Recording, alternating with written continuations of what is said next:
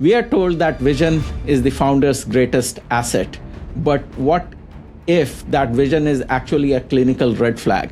The conclusion that many of these entrepreneurs suffered from a personality disorder, at least partially, called Narcissistic Personality Disorder. Dr. David Carlson has seen 50 billion giants from the inside, and here he is to explain why the same ego that builds a company is almost always the thing that kills it. Out of the 11 stories, 3 of the participants actually wound up convicted felons. He helped standardize the barcode, advised the Soviet Union during the fall of the wall, and survived boardrooms that would make most CEOs collapse.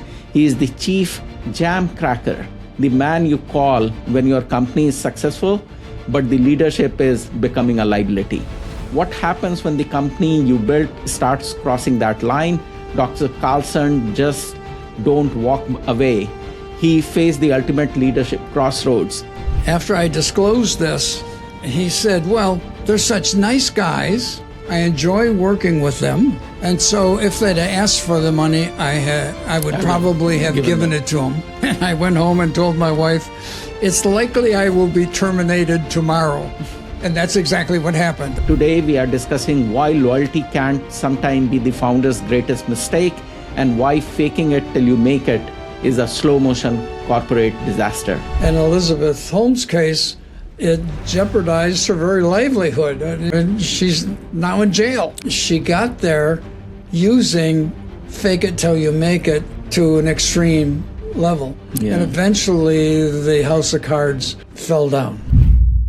So many of my comments today are based and reflect contents from the book Death by Ego, lessons we can learn from entrepreneurs who successfully killed their companies. Yeah, let's talk about this book. When did you write it? What was the purpose behind it? Well, a few years ago, after I was terminated as a CFO, after revealing some very substantial embezzlement, I was just really angry.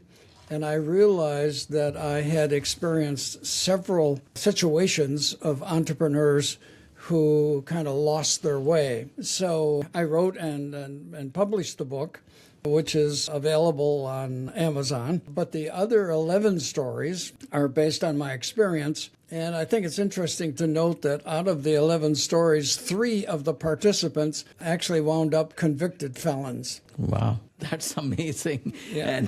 And so there are 12 chapters in the book, and all those 12 chapters are basically 12 different stories. Yeah, 11 stories. And as I say in the book, they're all truthful but not factual. That is, I think in only one case did I name the entrepreneur being written about. And the others, again, they're all true stories. It's just I've changed the names. Sure. To protect the guilty. So you teach psychology, and in your professional opinion, Dr. Carlson, is the great founder archetype we celebrate today is actually just collection of personality traits? Well, I think after I wrote the book, I asked a friend of mine who was the former chairman of the Newport Psychoanalytic Institute to read the book and then give me a few paragraphs on his reaction to the stories. And his name is Dr. John Van Dixhorn.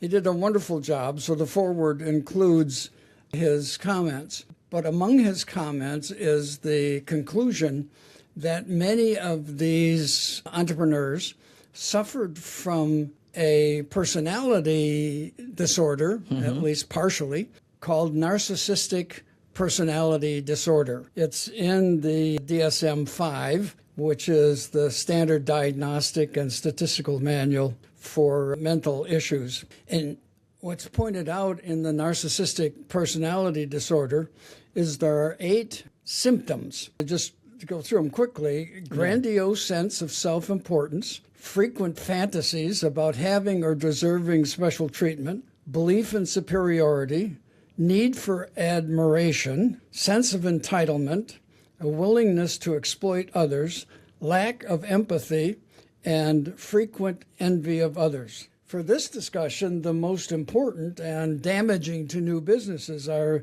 a belief in superiority, the need for admiration, a willingness to exploit others, and a lack of empathy. So these wind up being pretty fatal flaws for a new enterprise, because entrepreneurs who suffer from these symptoms do not recognize the need for the import of others. They're upset by criticism, and the lack of empathy leads them to treat their associates poorly.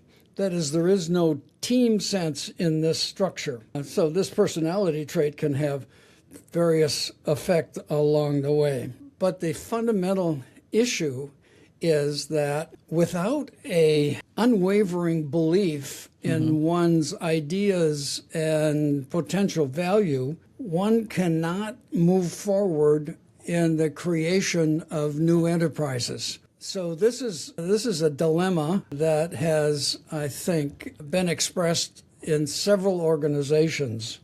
Certainly, one cannot imagine Apple without Jobs. One cannot imagine FedEx without Fred Smith. And it's not clear that other entrepreneurs could be as successful as kind of one-man bands. A recent example is Elizabeth Holmes at Theranos. Again, this symptom that she lacked empathy and treated her associates poorly is reflected in the fact that she routinely terminated executives and employees who disagreed with her. So basically, the traits that the founders will have various type of traits. The traits that takes you out of the garage and get you funding might not be the trait that is needed at a scale level. In your experience, what have you seen, and how a founder can change themselves and acquire new traits? Well, according to Dr. Van Dixhoorn's analysis, if the personality disorder, narcissistic personality disorder, is unwavering and persistent, there really isn't much hope for its mitigation down the line. Again, there are a few exceptions, including Jobs and Smith. But the vast majority of successful launches include not just an innovative leader, entrepreneur, but a leader who has been able to mitigate, in some sense, the characteristics that would otherwise prevent him or her from being successful. And that mitigation is essentially surrounding himself or herself with people who are willing to disagree and make their opinions known in the context that the entrepreneur allows disagreement and does not, as Elizabeth Holmes did, simply fire them. Right. So you were in the Soviet Union during the Glasnost era to discuss the technical standards. When you look at how the modern tech giants of today centralize the power and the information, do you think it is going in the same direction with a new cover? And if you look at, there's some very interesting charts done on the top 10 companies in an industry at the beginning of a decade and how many survive by the end of the decade. And I know retailing, and it's astounding. Far more than half of the largest 10 companies at the beginning of a decade in retail are gone by the end of the decade. And of course, I was part of Kmart, and that's really one of the outstanding examples of a company not actually changing such that it eventually went bankrupt. Right. In the new era, we also saw Kodak, who ruled the film market, and they had so many innovations and IP with them. But when the digital camera came in, they could not keep up with technology change and the shift that was happening in their industry. Absolutely. Same happened with Nokia in the cell phone or BlackBerry. The especially American corporation history has a large number of examples of the kind of problems that Kodak and Kmart and others had along the way. Yeah, David, you have navigated extreme situation where you had to report corporate findings to the IRS after a board conflict. There is a slippery slope of ethics.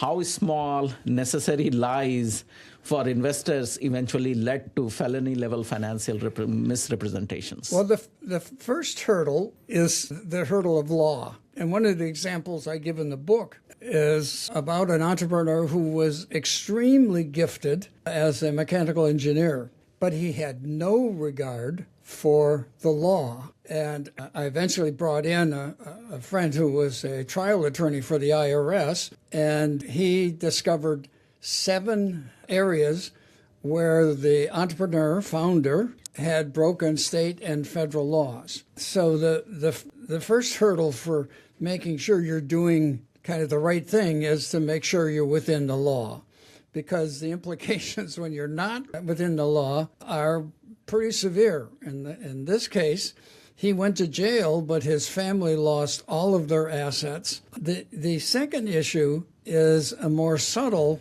issue, and that's an issue of ethics. And that's far more demanding, I think, as one looks at the behaviors that are in the company. And it seems to me that the world, organizations, need far more focus on the general area of ethics. And we're sitting in the Leatherby Center for Entrepreneurial Business and Ethics. Right. And so I applaud Chapman for its endorsement of the notion that part of any education related to business should include a pretty thorough review of what the ethical implications of behaviors are.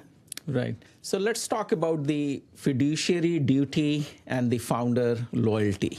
Many a times what happens that a true leader should and must protect the shareholders and the institution, even if it means exposing the individual. What are your thoughts on that? Well, one of the lessons, I think, from the stories in the book is that many early companies do not have an adequate level of governance. And the primary responsibility of the board is to ensure the protection of the shareholders. The entrepreneurs generally populate early boards with family and friends and cronies. This means there is very little oversight. And even in a board that Elizabeth Holmes had at Theranos, that included, can you imagine, 2 U.S. Secretaries of State, a 4-star general, Larry Ellison. There was no oversight on this board, and it allowed her to leverage the names on her board to raise huge amounts of money. So the danger is, again, if the symptoms of the personality disorder are persistent and unwavering, the behaviors of the company are suspect and probably not sustainable. Right, David, let's talk about the cost of silence, the psychological and professional toll of being a part of a sinking ethical ship, and how one can exit with their integrity intact. Well, ultimately, if one sees behaviors that are dysfunctional within the company,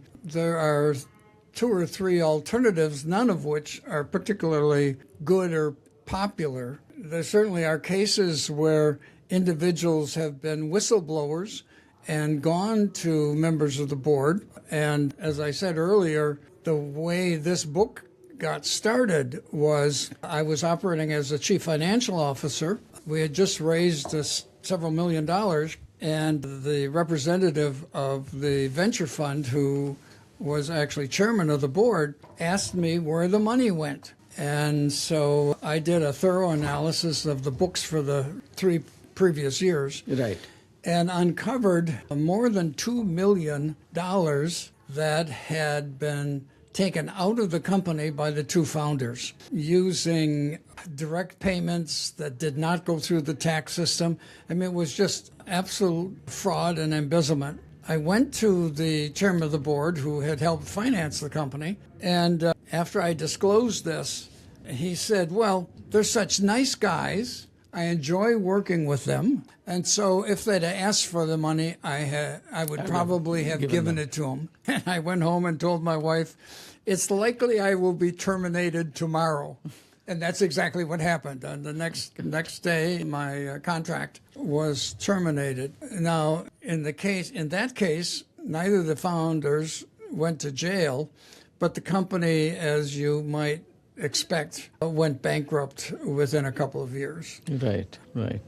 So let's talk about many founders try to build everything in-house, David, and just to maintain the control. As someone, as you, who have optimized shared services for the giants, what is the ego-driven mistakes that the founder make when scaling their infrastructure and then when they want to do everything in-house? Well, again, it goes back to one of the symptoms of the Narcissistic Personality Disorder. And the symptom is I have superior knowledge of anybody. And therefore, when I'm addressing issues of infrastructure, the inclination is to move quickly using things that I really understand. I have had the, privilege of not being plagued by the narcissistic personality disorder issues. And so in every case, I have brought in the best possible experts on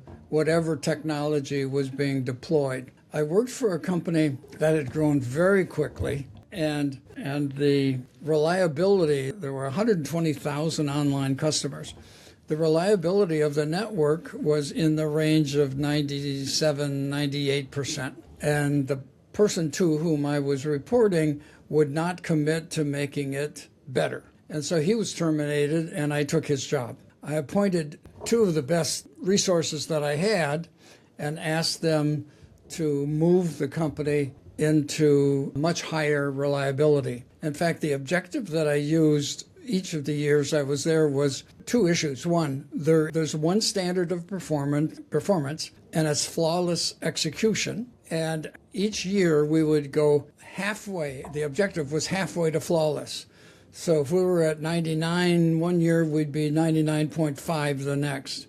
And over a couple of years, we drove the reliability to well above 99.9. But the infrastructure was plagued by having been, in some sense, rushed by the entrepreneur. And so one of the fellows that worked for me was Jason Ramich. He came to me and he said, I want you to announce an amnesty program. Okay. Said, I've been doing this a long time. I've never heard anybody talk about amnesty. And he said, well, here's the issue. There are lots of our colleagues, technology colleagues, that know when they implemented certain elements of the infrastructure, made shortcuts and compromises. And I want to talk to them and fix those issues. I want to ensure that there will be no negative consequences when they reveal the shortcuts that were taken. So the next week at an all-hands meeting, I announced the total amnesty program and encouraged people to get to Jason.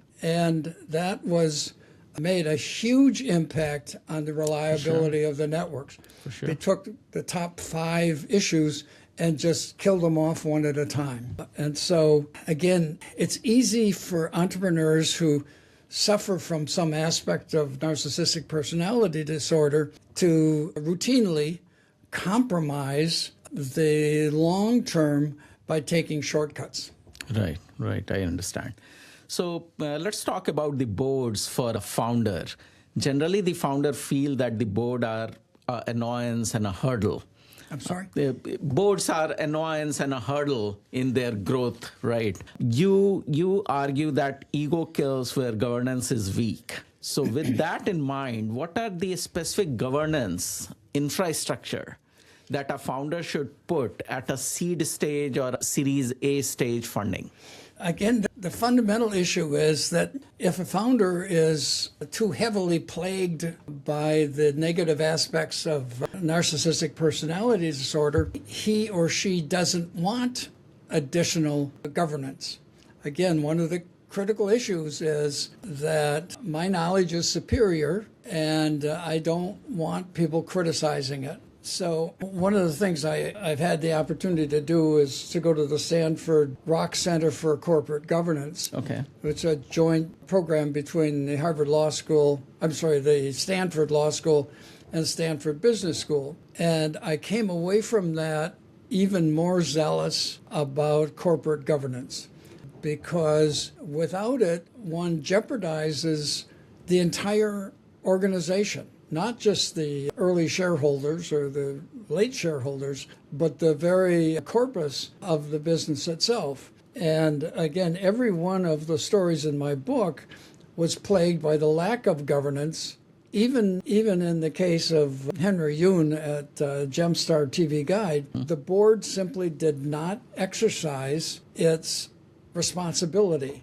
So, for example, what an entrepreneur should do is, one of the first things is to establish an audit committee. Now, this is absolutely the last thing that an aggressive entrepreneur wants to do, is to enable the outsiders to look closely at the organization. And I'm a huge fan of audit. I served on the Orange Coast Audit Committee as chairman for 20 years. And audit has a necessary role in sustaining the organizations, even though it's a real pain in the butt to many entrepreneurs. Right. So investors are looking for confidence in the startup, confidence in the founder, but you warn against the hubris. How can a founder project the founder market fit confidence requires for a Series A without setting off the narcissism alarm? Well, again, it depends on how severe the disorder is within the founder. Again, in Elizabeth Holmes' case, it was extremely severe. That is, the people around her who were telling her that she was doing bad things by fraudulently demonstrating a product using fake software and firing them. So in her case, and in the case where the symptoms are so severe, there really is no relief. Again, the board should have stepped in and listened to some of the, well, for example, the board should have had exit interviews of the people who she was firing. Right. At one point, she fired the chief financial officer. Another point, she fired the head of research and labs. The board should have, it certainly had the opportunity to have visibility to those events, and the board chose not to exercise its role in governance. So for early entrepreneurs, again, it's perhaps the opposite of what they want, but they need for the sake of the organization, not just the shareholders, but the other stakeholders, the employees, the vendors. They need to have a level of accountability that only the board can force. Right. Let's talk about the jam cracker playbook. You are the chief jam cracker. When a startup has a great product but hits the growth plateau, you have said that the logjam is rarely the technology, it is the people. Right. How can a founder self-diagnose that they are the jam? So it seems to me my background is basically a process engineer. And so if you look at what's going on in many companies, essentially the people are not attuned to restoring or instituting good process. And so, for example, if one goes into an organization and looks at customer complaints, what you would find is a lot of people are not ignorant of the underlying jam in process, but they simply have not taken it upon themselves to fix it. And so the notion of being a professional jam cracker is to go in and educate the organization on the importance of detecting the dysfunctional aspects of the processes and then going in and fixing them. So jam cracker just seemed to be exactly the kind of image that one should have when one approaches the notion of getting the people to look at the processes and to actually undo the jams in the process. There's a term that we use related to disconnects. And disconnects within a process means that something doesn't flow from one point to the other. And that only gets fixed with the people who understand how the flow can be restarted or changed. Right. So in your book, Death by Ego, you examine why brilliant concepts fail. Is there a specific tell or common phrase you hear from entrepreneurs that signals a hubris-driven collapse? Well, there's been no data on this, but I really, at some point, I'm hoping a business school candidate, master's candidate, will look at entrepreneurial presentations to vendors and count the number of times the personal pronoun I is used as opposed to the plural pronoun we. Right. I suspect if the presentation is heavily I-oriented, it indicates that the entrepreneur does not fully appreciate the importance of surrounding himself or herself with individuals that can supplement his or her experience there. And it was like 40 or 50 people. Right. And so the title is a chapter of something like, My Super Strength is Negotiation Among Others. And he criticized other members of his organization with the flavor that he could have done it so much better. So the sales guy came in and he talked, and he was very happy about a negotiation. And the founder in front of the executive said, well, I could have done it so much better. So you sold it at X. I could have sold it at X plus 50%. And so the result is a deterioration, certainly, of the enthusiasm of the rest of the organization. And you can imagine people were happy to leave that kind of environment because it was never acknowledged, their value was never acknowledged. Right, right. So you have helped lead the retail world into the era of barcoding, when barcoding was the top thing. Looking at the next decade in the world of AI, what is the invisible standards that you think a founder must or is ignoring today that will either make them or break them? They might even become extinct. Well, certainly the whole world is changing with AI. And as I reflect on moments in my career when new technology was presented, it became very important to get people around me who really understood that technology. So there was a major decision on scanning front ends, and there was a decision to be made as to which computer we would choose, and we were choosing 4,000 of them, two for each of 2,000 stores. So I think the lesson in that is to make sure whatever the technology is, that an entrepreneur sets aside, at least temporarily, the narcissistic inclinations. So that's one example. Another example is, at one point we installed the largest satellite network in the world outside of the U.S. government. And I went out and found a resource who had a master's in electrical engineering, a master's in computing science and communications, and he became the architect that looked over the design of network.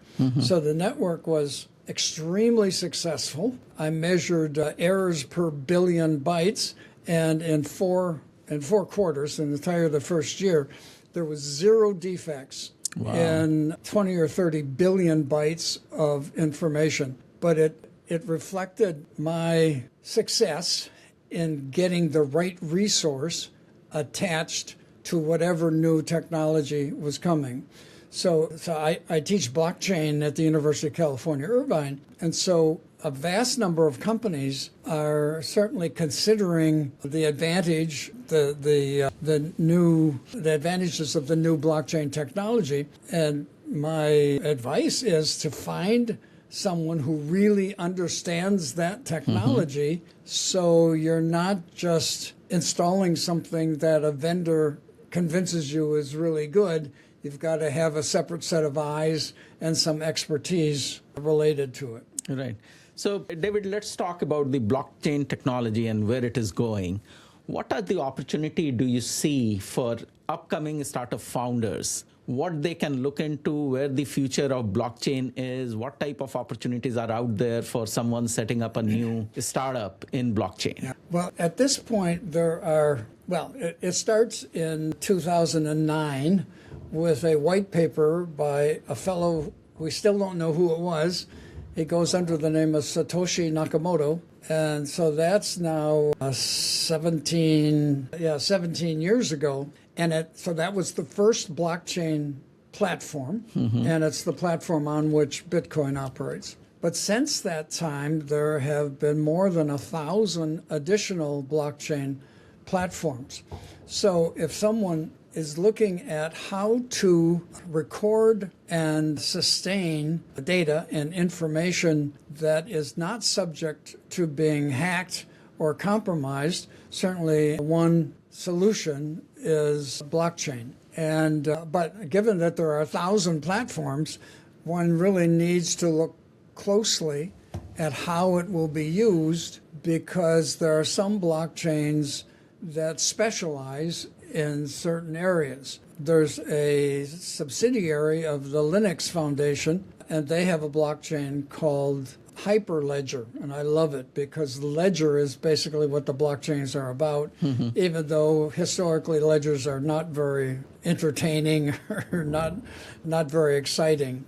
But even within the Hyperledger Foundation, the Linux Foundation, there are multiple versions of their Hyperledger that focus on certain things. So one is focused on individual identities, so the sovereign identity issue.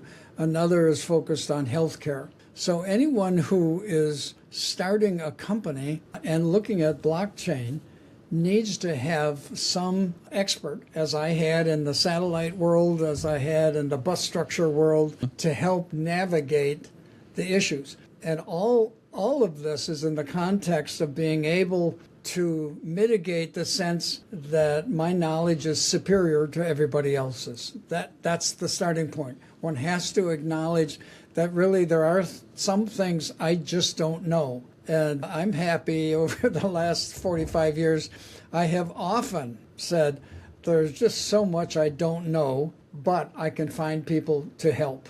Right. And that is the best way to go. So you have worked with global CEOs and US presidents. Is the psychological weight of leading a nation fundamentally different from leading a high growth startup? Well, yeah, I think the same challenge applies to any leadership.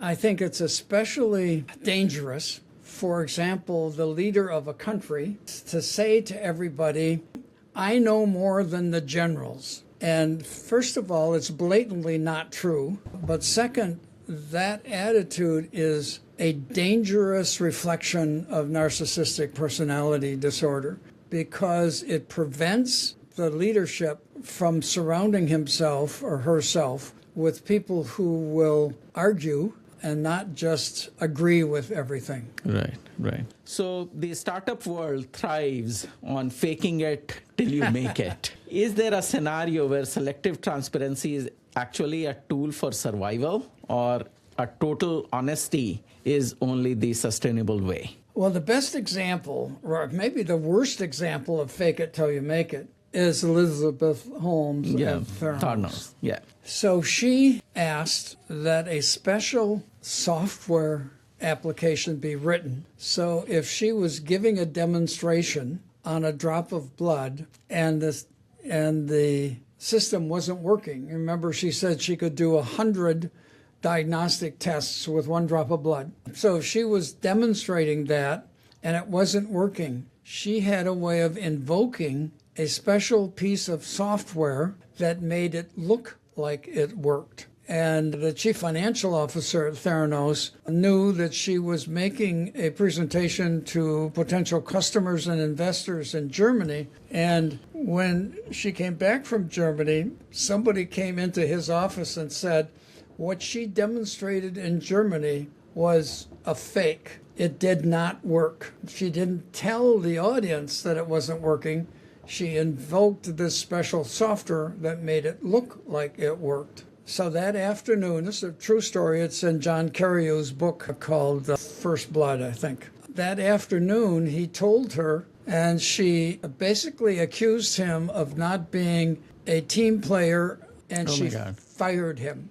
So the chief financial officer got fired on the basis of confronting her about the use of fake software under the notion, fake it till you make it. Now, those of us who've been through development processes know that there's kind of a proof of concept. There's an early prototype until one gets to a minimum viable product. Yep. And along the way, entrepreneurs sometimes are inclined to inflate the performance or the positioning of what they're showing under the general notion of fake it till you make it. And that is such an incredibly dangerous path because it really jeopardizes the long-term trust. In Elizabeth Holmes' case, it jeopardized her very livelihood. I mean, she's now in jail. Right, yeah. Even though her last round,